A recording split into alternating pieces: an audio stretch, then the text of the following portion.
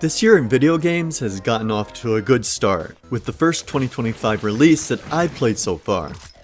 This game definitely scratched a Metroidvania itch, even if it wasn't exactly a masterpiece. It has its problems, sure, which I'll get into, but I look forward to playing it again and again, and I think that means something. Today, I'm going to talk about Blade Chimera.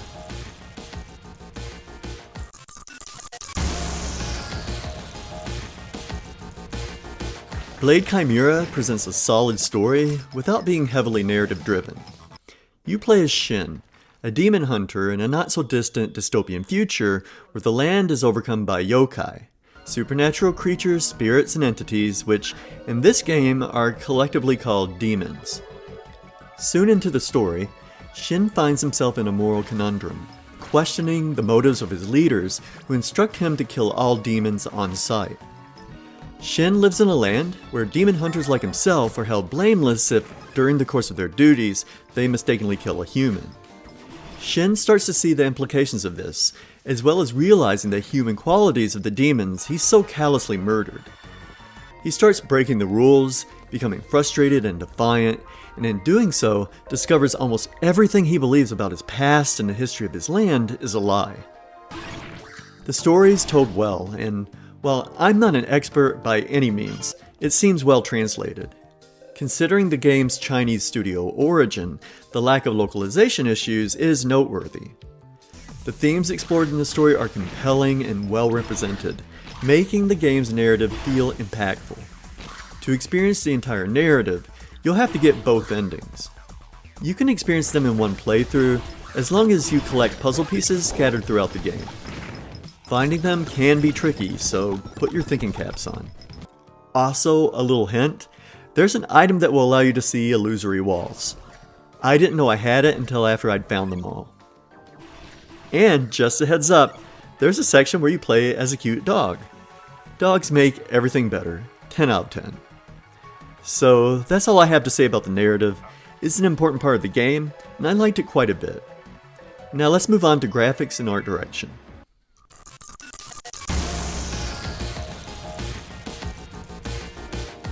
As expected, Team Ladybug has created a visually appealing world with careful use of pixel art.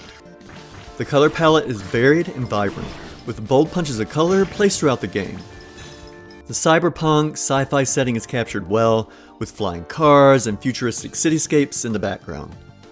The visual consistency is average but solid.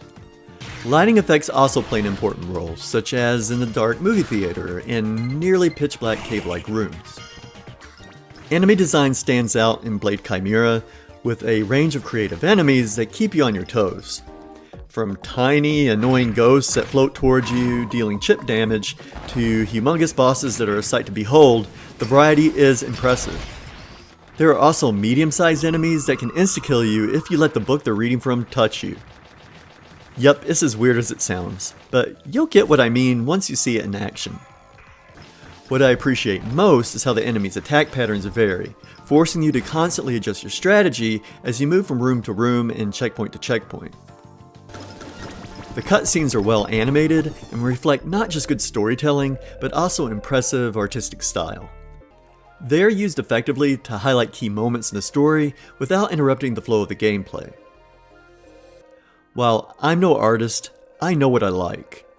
I'd place the art direction of Blade Chimera in the above average category for the genre. It does a great job at setting the tone and enhancing the experience, even if it didn't blow me away. Now let's move on to music and sound.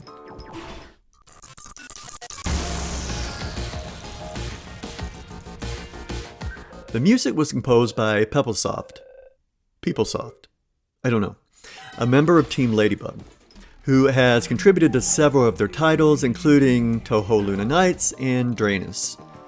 I'll be honest, I didn't really notice his music while I was playing the game. After completing it, I bought the soundtrack in order to give it a fair review. While listening, I realized, yeah, I recognize all these tunes.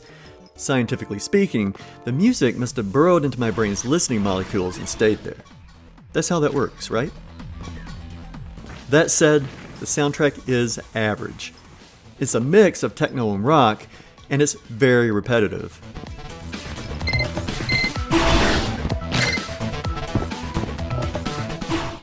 Repetitive elements and music are nothing new, but I felt like I'd gotten everything I needed from each track by about the midpoint. Still, the techno-rock vibe fits the game's cyberpunk aesthetic. As for the sound design, it didn't stand out either. It worked well for the game's style and gameplay, but it didn't add much to the experience. Overall, I'd say the music and sound were competent, but could have been a bit more special. Now, let's dive into what I think is the most important part of any game: gameplay and mechanics.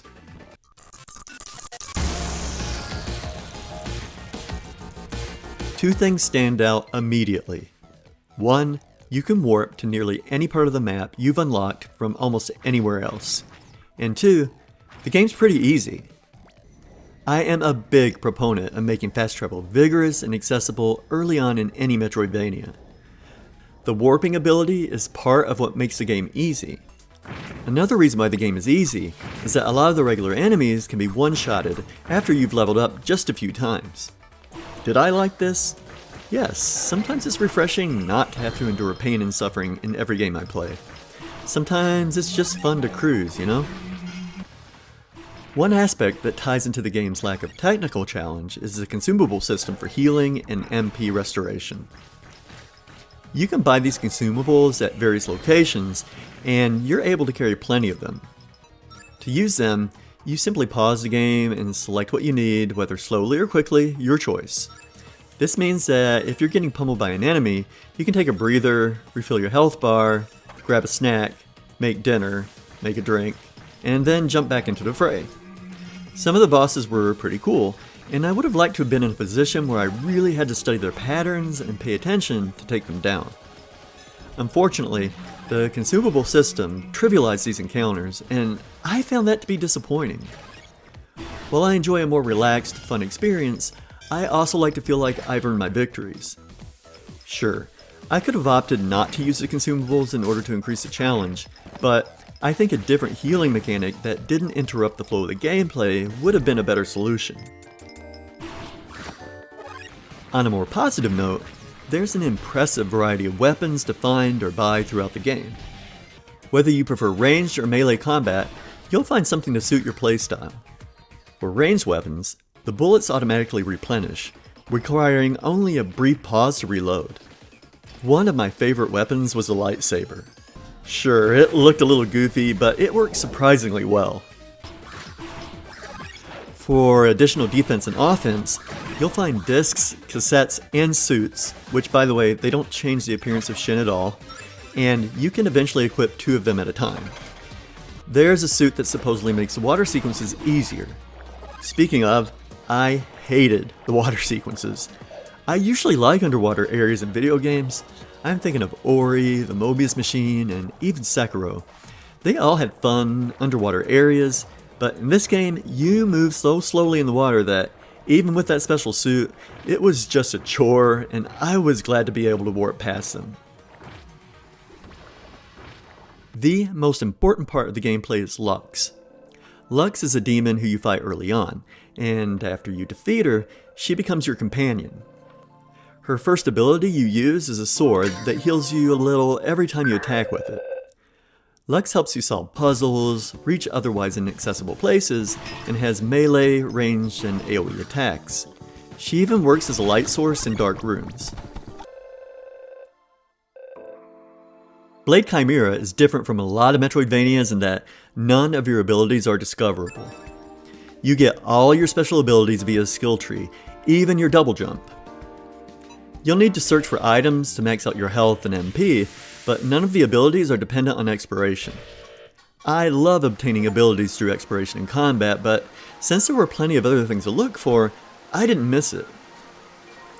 Environmental design, also tied to art direction, has an impact on gameplay. For example, you move slowly and are able to be more easily trapped in AoE spells from enemies in the snowy area. The enemy design is part of the gameplay as well, particularly with the bosses. Some are gargantuan behemoths, and others are humanoid. The main bosses generally have a second phase where you battle their human-like form. The absolute weakest part of the gameplay were the side quests. They definitely could have been more engaging. Most of them felt arbitrary, like kill 10 red demons. Additionally, side quests aren't tied to organic progression. They are all available at once, and there's no achievement for completing them. Simply selecting your next side quest from a checkpoint felt disconnected from the story and the natural flow of the gameplay. Well-designed side quests should be integrated into the game, helping to deepen your understanding of the lore, offer important gameplay rewards, or ideally both. That said, there were a few interesting quests, such as confronting a ghost and stopping a human trafficking ring. So, I think this pretty thoroughly covers gameplay. Let's wrap this up by talking about value and replayability, and stick to the end for my score. I've added a little fudge factor to it, and I think it'll make a lot of sense.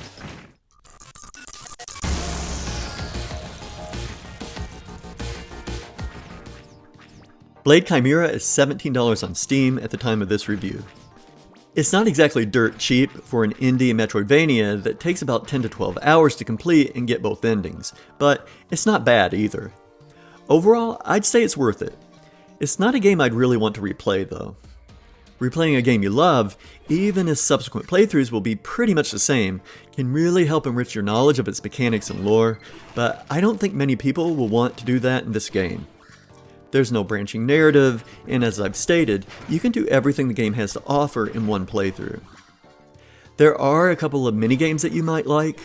One of them is a kind of checkers game that I didn't recognize and didn't know the rules for.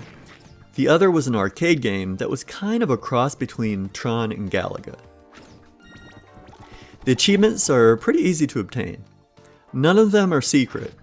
You can fairly easily guess what you need to do to obtain them based on their descriptions.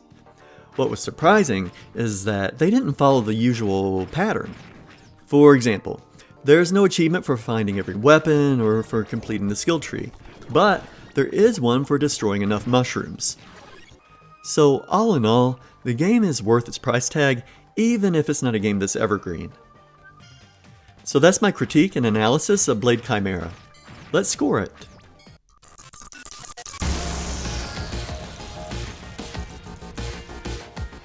I score games based on 5 categories, each of which gets a maximum of 2 points. Add them together and you get a score out of 10, which I call the Maestro Mark. For 2025, I'm adding the possibility of 0.5 bonus points, which will be awarded if I had fun playing the game. I'll call this the fun factor. Narrative, 2 points. The story's strong and it's told environmentally through cutscenes. I liked it, and the thematic elements are timeless.